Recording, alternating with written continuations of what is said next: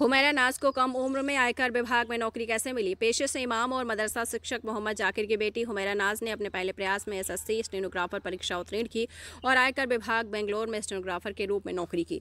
ज्ञान प्रकाश और अज्ञानता अंधकार है, यह बात अलीगढ़ जिले के इमाम और मदरसा शिक्षक मोहम्मद जाकिर ने न केवल दृढ़ता से समझा बल्कि अपने बच्चों को समझाने के लिए शिक्षा के शहर अलीगढ़ को चुना। अलीगढ़ जिले के मौलाना आजाद नगर निवासी मोहम्मद जाकिर की बेटी हुमैरा नाज कम उम्र में अपने पहले प्रयास में कर्मचारी चयन आयोग यानी एसएससी स्टेनोग्राफर की परीक्षा उत्तीर्ण कर आयकर विभाग बेंगलुरु में स्टेनोग्राफर बन गई। हुमैरा नाज ने पिछले साल एएमयू से 12वीं कक्षा सर्वोच्च अंक के साथ पास की और अब उसके माता पिता को गौरवान्वित किया है। हुमैरा ने अपनी सफलता से साबित कर दिया कि अगर लगन और जुनून के साथ सही दिशा में कड़ी मेहनत की जाए तो सफलता आपके कदम चूमेगी। ब्यूरो के मुताबिक जमालपुर के मौलाना आजाद नगर निवासी मोहम्मद जाकिर मस्जिद में इमाम और मदरसा तिबर मिल्लत दोदपुर में शिक्षक हैं। हुमैरा ने कहा है कि वह नौकरी के साथ साथ प्राइवेट स्कूल से अपनी पढ़ाई भी जारी रखेगी। हुमैरा के पिता मोहम्मद जाकिर ने अपनी बेटी की सफलता पर खुशी प्रकट करते हुए कहा कि हर व्यक्ति को शिक्षा मिलनी चाहिए क्योंकि ज्ञान प्रकाश है और अज्ञान अंधकार है। मेरा नाम हुमैरा नाज है। मैंने एसएससी स्टेनोग्राफर का एग्ज़ाम फर्स्ट अटैम्प्ट में पास किया है।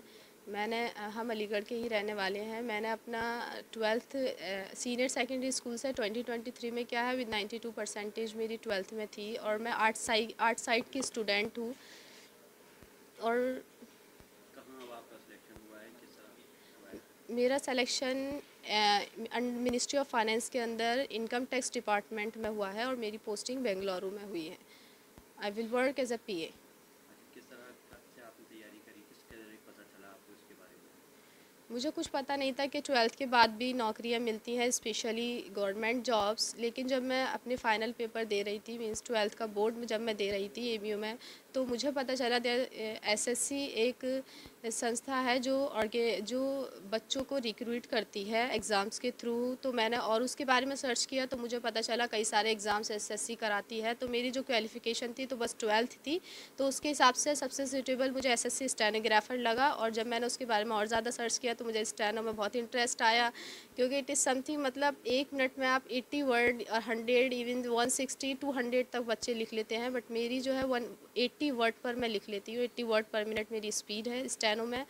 तो मुझे बहुत अच्छा लगा, तो मैंने उसी को प्रोसीड किया आगे और विद 5 to 6 मंथ्स मैंने इसकी कंटिन्यूस प्रिपरेशन की विद सेल्फ स्टडी।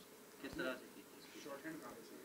मैंने शॉर्ट हैंड यूट्यूब से ही सीखा था और डिक्टेशन वगैरह सारी चीज़ें मैंने यूट्यूब से ही की थी। और इसमें मेरे घर वालों का बहुत ज़्यादा रोल रहा है। मेरी जो सिस्टर्स हैं सारे ही लोग माशाल्लाह एजुकेटेड हैं, तो उन लोगों ने जब भी मुझे सुनाने की ज़रूरत पड़ती थी, बिकॉज स्टार्टिंग में मैं तो बिल्कुल उसको पढ़ ही नहीं पाती थी, तो स्टार्टिंग में मैंने उसको सीखा। सुनाने की ज़रूरत पड़ती थी, बुलवाने की ज़रूरत पड़ती थी, तो वो मेरी सिस्टर्स ही उसको बोला करती थी, मेरे ब्रदर्स। मेरे फादर इमाम हैं और वो टीचर भी हैं, कुरान टीचर।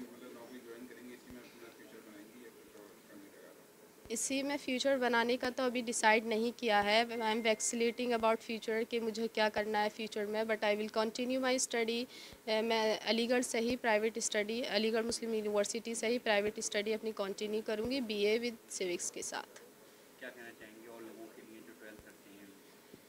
मैं ये कहना चाहूँगी कि जो मैंने आर्ट सब्जेक्ट लिया था वो बाय चॉइस लिया था। ऐसा कुछ भी नहीं है कि जो बच्चे आर्ट सब्जेक्ट बाय चांस लेते हैं। आर्ट में भी अगर आप मेहनत करते हैं, और आर्ट ऐसा नहीं है आप उसको फॉर ग्रांटेड ले सकते हैं, आप ये नहीं कह सकते कि वो बहुत ईजी है, मतलब ऐसे ही चीज़ें याद हो जाती हैं, ऐसे बिल्कुल भी नहीं होती हैं। You have to put in, आपको हार्ड वर्क उसमें करना पड़ता है अगर आप कहीं पर भी अचीवमेंट हासिल करना चाहते हैं। और आर्ट साइड से भी आपको कई सारी अपॉर्चुनिटीज़ मिल जाती हैं, आप किसी भी फील्ड में अपना नाम बना सकते हैं।